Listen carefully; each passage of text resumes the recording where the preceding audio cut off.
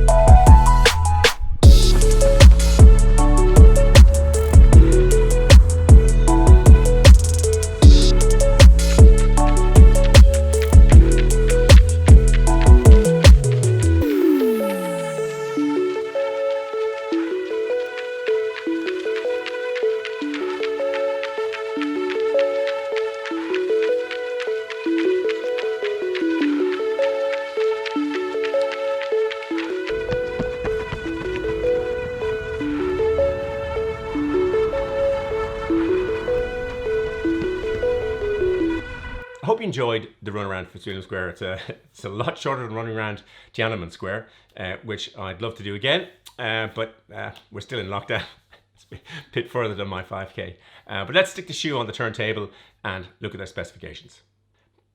Brooks say that the shoe weighs 10.7 ounces or 303.3 grams. This shoe is a USA size 13, an EU 47.5, a UK 12, and a CM 31. This is accurate. The shoe measures 310 millimeters internally. In this size, it weighs 364 grams or 12.9 ounces in the right shoe and 362 grams or 12.8 ounces in the left shoe. It has a 10 millimeter drop and a 31 millimeter down to 21 millimeters stack height. Brooks say this about the Glycerin GTS 19 shoe. Super soft cushion meets unstoppable support. With DNA loft and built-in guide rail support, this shoe delivers the ultimate in comfort for your run. Glycerin GTS is the new Transcend. A simple enough statement. Let's review the shoe and see if it's true.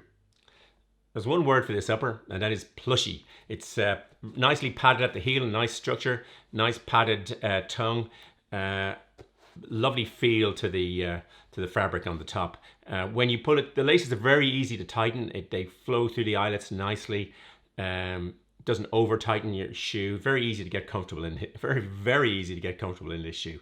It has a higher heel than on the Transcend. I don't think it makes much of a difference. It has these strange padded things on the outside. Not sure what they're for. Put some comments, if you happen to know, put them in the comments below. I think they're probably just a styling issue. The liner is exactly the same as on the Transcend. It's removable, and I bought this shoe in a standard width. I have a wide foot, but it's plenty wide for me. It's also available in a wider foot. I think it's a 2E. It's really hard to understand the sizing. It's going from D to 2E to, anyway, we won't worry about that. If you've a wide foot like I do in a standard width, it seems to fit fine. The sole is what Brooks call their DNA loft. You can see the guide rails on the outside here, it's also on both sides.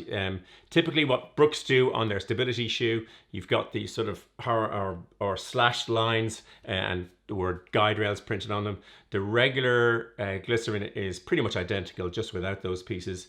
The DNA loft is okay, and then simple grip on the outside. The pattern changes when they go through various versions, but it's a couple of mil thick and it wears reasonably well. I like the look of the shoe. I mean, it's very similar to the Transcend. This colorway, 443, is blue and navy blue. It's available in a gray with some blue. And in the US, it's available also in a black and a white version. They're all in the men's ones.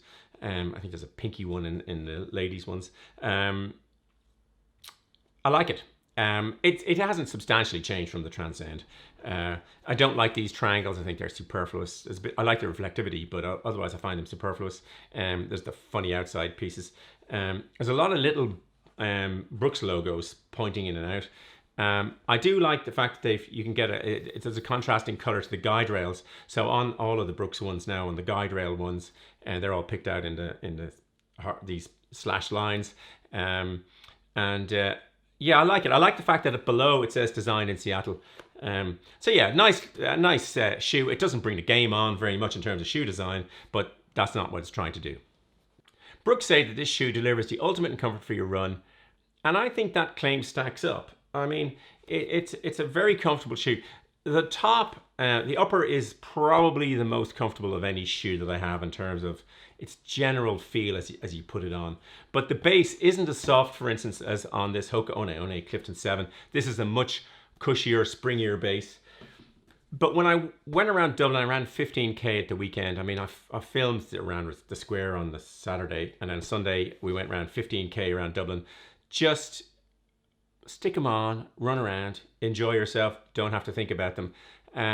But a couple of times, because, you know, it's still coronavirus time and you're trying to avoid people. So sometimes you just speed it up and sometimes slow it down and adjust. And yeah, it's a really nice shoe from that point of view. Very easy to get on with. I lost a lot of weight. There's videos about that. So when I first got the Transcend, I was looking for a support and a stability shoe. I'm probably not doing so much now.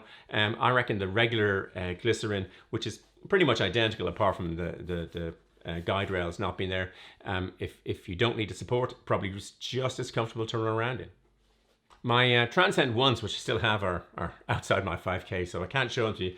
But these are the Transcend 2 in this lovely yellow. I really liked this shoe. I liked this version of it.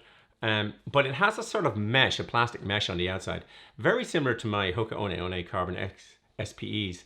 But they tore here, my toenails ripped through them, and they tore on the other side. But I didn't put much wear on these shoes. So you can see from the base they're barely worn in. But primarily, I just use these for walking now. I walk occasionally in these, and I just like them, so I've hung on to them. If you take then this is the Transcend 6. I have two versions. I've got a grey one, and I have a sort of a ruby sort of coloured one. These are great shoes. They're much heavier. This is 403 grams or 14.2 ounces. The present one is lighter than that. This is when they got at their most plushy, and they're really plush in around the back. Again, I like the appearance of this particular shoe. But one of the things, if you look, say, so this is the Transcend 7, and these shoes have 314.51 kilometers on them, or 195.43 miles, and they look brand new. It's like there's no wear on this shoe that I can find, apart from a slight bit here in the heel and probably a slight bit up here in the forefoot.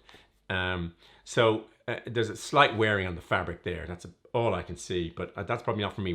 That's probably something rubbing around the house as I bash the shoes together. But it's a really great looking shoe, and I think that's the one thing about this shoe is you can really pile the miles on. I mean, when I had this is the 6. I wasn't particularly taking a note of the mileage, but I wore them down here. That's nearly worn smooth. But even though that's worn smooth, I'm guessing there's 500-600 Ks on this. But again, there's absolutely in the upper there's no noticeable sign of wear. So for a long-lasting shoe, and I don't see this is going to be any different. I think if you're going to look for a shoe to last a long time, yeah, this is going to do it for you. Let's discuss the cost of the shoe. Well, in the US, this costs $150, but it's €170 or 140 pounds. Now, I find Brooks's price position kind of interesting because in the Hyperion Elite costs, their most expensive shoe, costs $250 or €250, and Hyperion Tempo, which I've reviewed, costs $150 or €150. So the dollar and euro price in number terms is the same. But with this one, it's €170 or $150. I'm not sure why that is. I find that curious.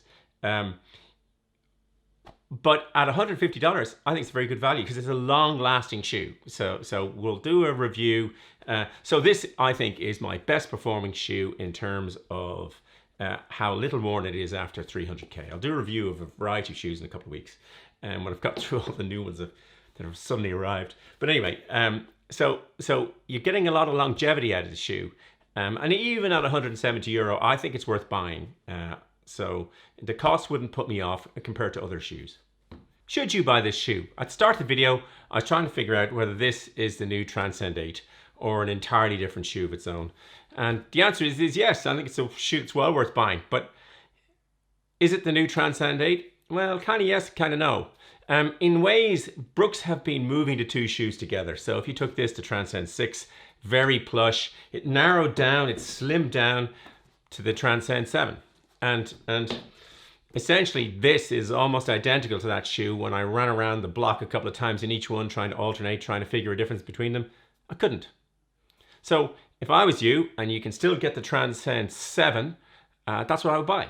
You can still get it. It's not available on Brooks' site, but you can see it on lots of discount sites, Amazon, all sorts of places in the US and Europe. So I think it's a better shoe to buy. There's days where you just want to go out without thinking about your metrics, without thinking about your data, and without analyzing it. You just want to put on a pair of shoes and, go off for a run and not worry about how fast you're going or how much calories you're losing or all that stuff that I track with this and the FootPod and everything else. There's days you just want to go out there. So if you just want to lace up and let loose, either of these shoes are going to work great.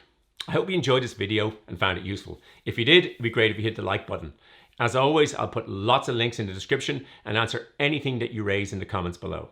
There'll be a big blue button there for subscribing and some associated videos there. Thanks for watching.